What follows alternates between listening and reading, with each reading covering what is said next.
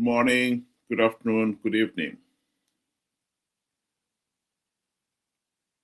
What I've got on the screen there is a photo of a classroom in session. That's being shown the students in the classroom. And the academic year in Zimbabwe ends in December. That means these pupils have spent the whole year in this classroom. This is their desk, this is their benches.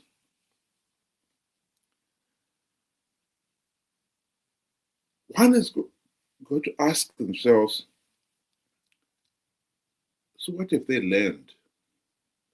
What could they possibly learn in such an environment? How could this possibly be happening in the 21st century? We often complain of Africa lagging behind. Isn't this dragging ourselves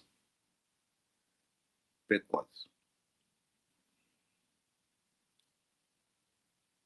These children have absolutely no chance of really competing in the 21st century. That much is clear. They have no chance. Ian Smith, the former Prime Minister of Rhodesia before the country gained its independence, famously boasted that if blacks ruled themselves, they will be walking on raw sewage and think it normal. I think that reality has come to haunt us as a people. It's our reaction to that statement that has made it all come true. Instead of asking ourselves, could this be true?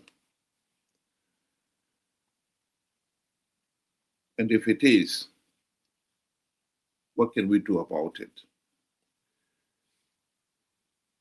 The instinctive reaction by some was either to ignore it or to react violently to it, accusing Smith of being a racist.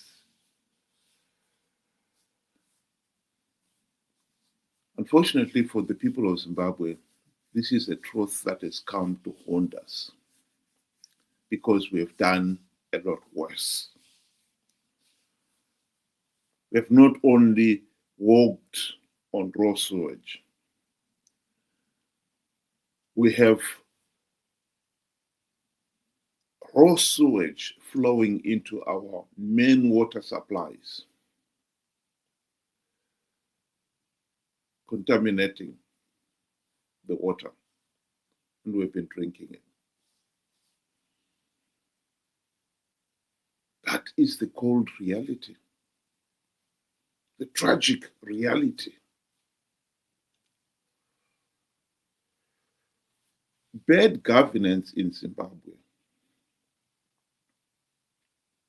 is the root cause of our problem. We have failed to govern ourselves.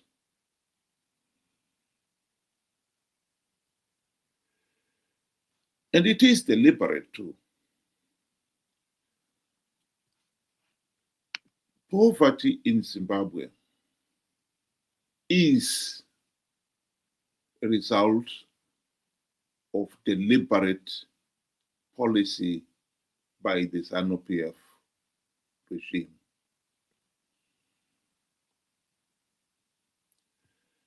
In the 70s,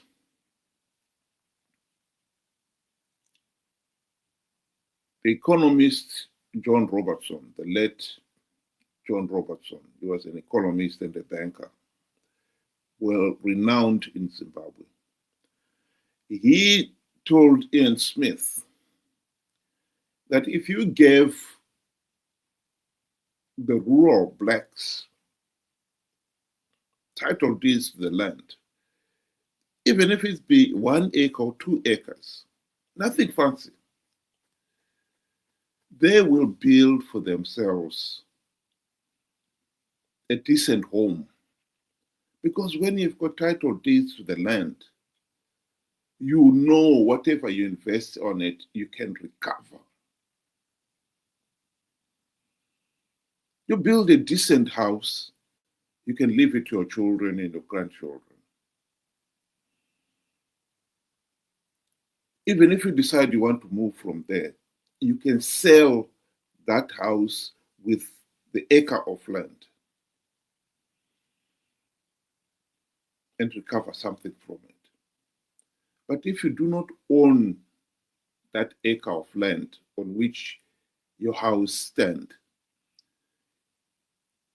the headman can tell you you must move from there, and you have no choice but to move.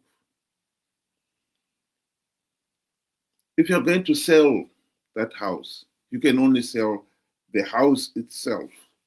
The land on it will be allocated to somebody else. Who would want to buy a house where a meter from the house you are told is somebody else's land? No one.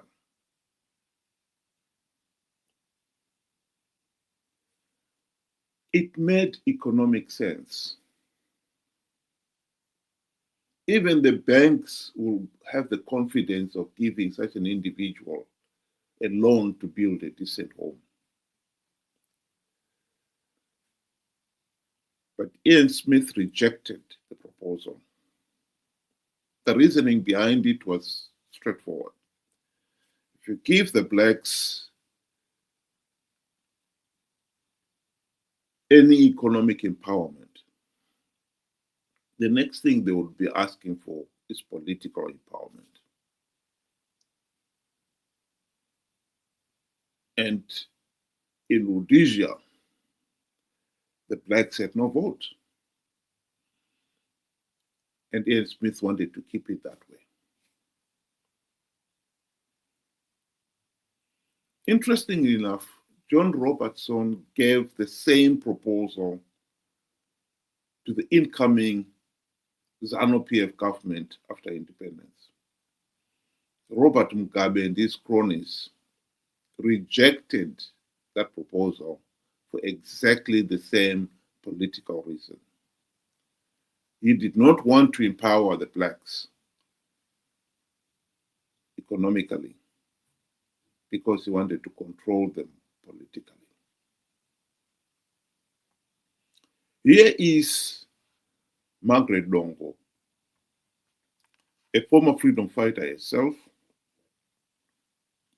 and a ZANU-PF MP, and later on she became an independent MP, talking to that very topic.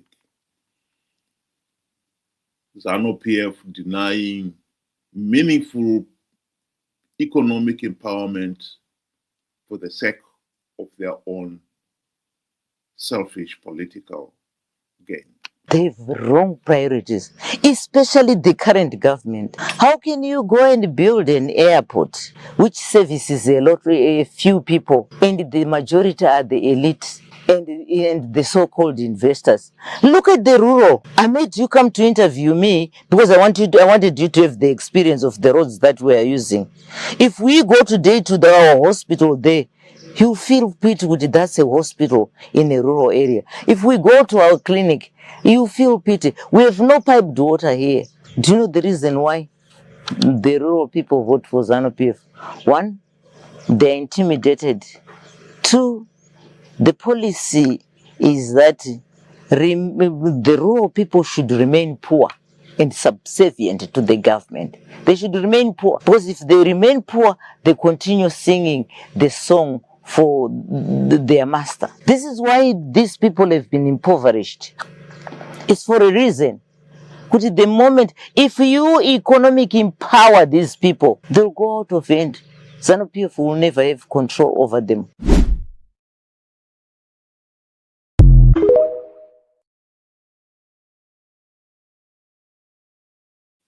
That is true.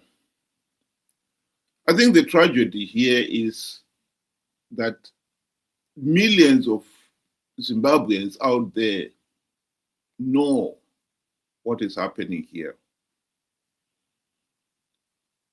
That the millions of people, particularly in the rural areas, are being kept deliberately poor for political reasons.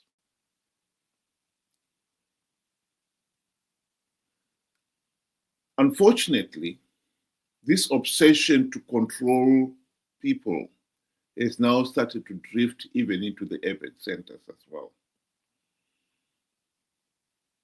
We have seen a number of occasions where ZANU-PF has been harassing urban dwellers.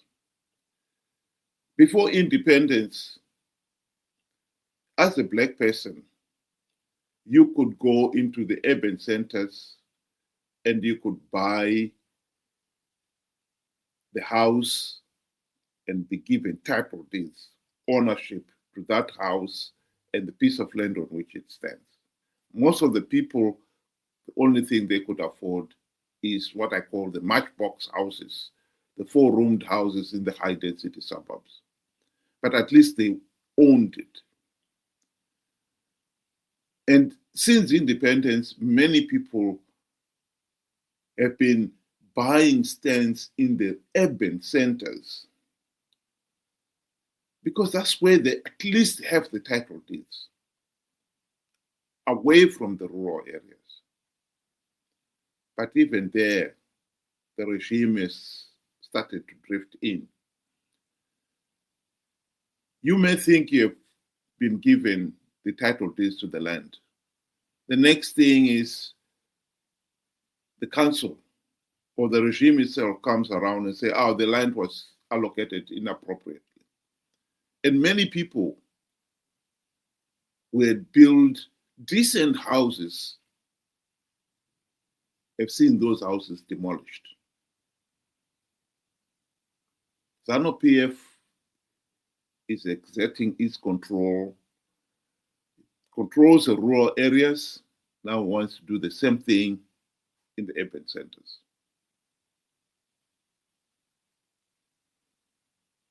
We can pretend that we are independent, but the truth of the matter is we are not.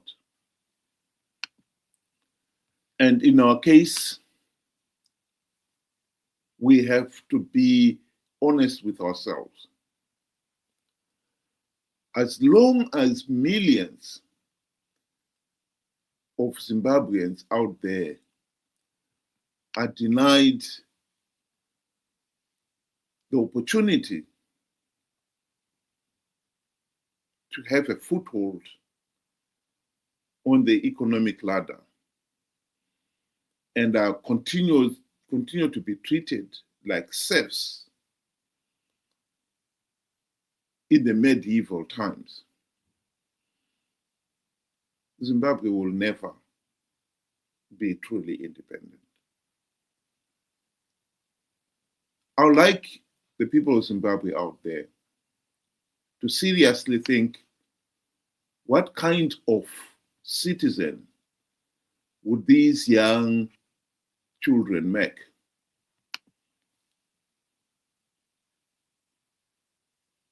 When they get to adulthood. They have learned nothing. This is the end of the academic year. And who knows? Next year, they'll be expected to go into the next class, next level. If this was grade 1, they'll go to grade 2. If this was grade 2, they go to grade 3. And yet they've learned nothing. And this has become the norm in Zimbabwe, where it's quantity. The regime is obsessed about quantity.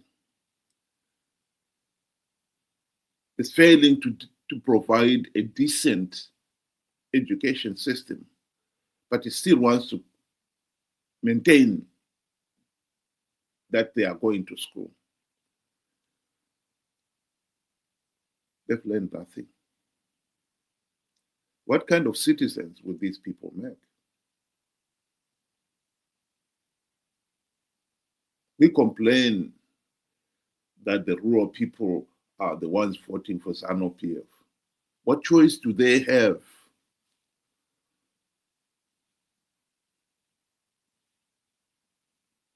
I go back to what Smith said again. If the blacks are to rule themselves, they'll be walking on raw sewage and think it normal. If you can look at what is happening in Zimbabwe, how hundreds of thousands of potential citizens are being denied fundamental tool to enable them to function in the 21st century, education.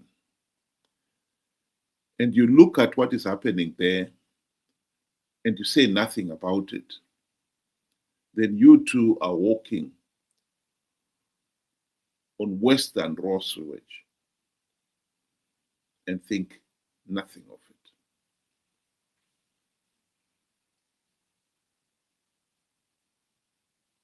Zimbabwe will never, ever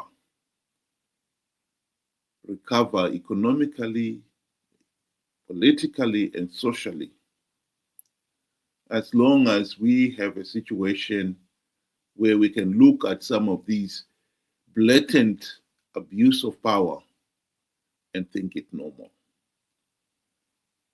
These people, if their parents were given title deeds to 1 or 2 acres of land on which the homestead is built, I can tell you that they can improve themselves, provide better accommodation for their children. They will be able to contribute to building better schools for their own children. But ZANU-PF does not want them to do that. It is deliberately keeping them poor and beholden to the regime. That's why they are denying them title deeds. These people don't want a handout. They want the opportunity to do something for themselves. But the regime does not want that.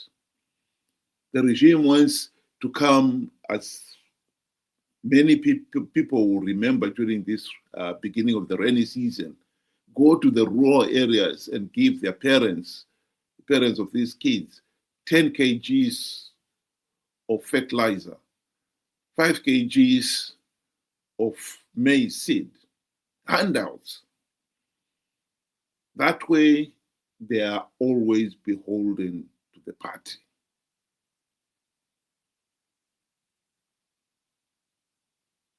And this is the consequence of that policy.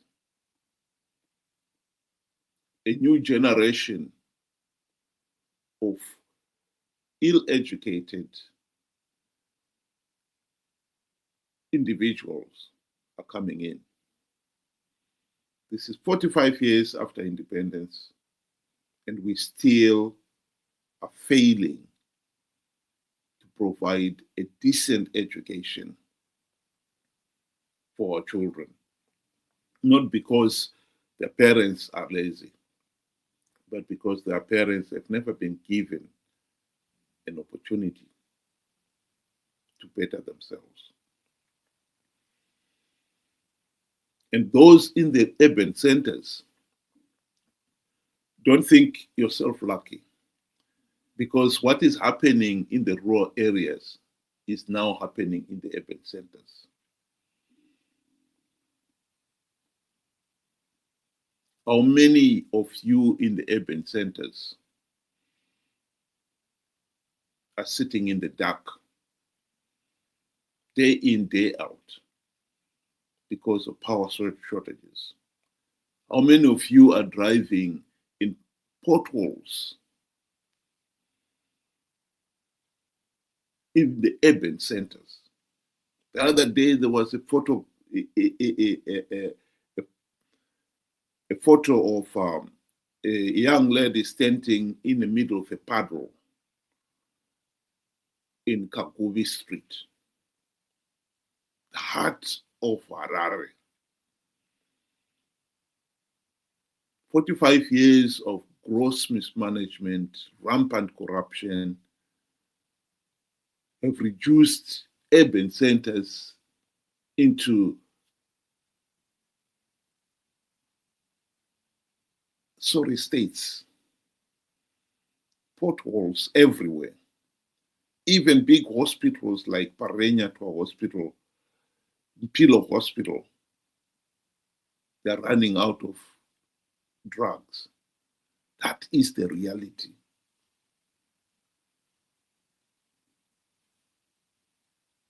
Zimbabwe has got the potential to become the South Korea of Africa, as somebody predicted in the early 80s. We are a failed state because we have failed to govern ourselves. And that does not only, it's not limited to the leaders themselves, but to us citizens too. We know what ZANU-PF is doing. And yet, we have allowed it to happen and walked past things like this and think it normal. 45 years. This is not normal.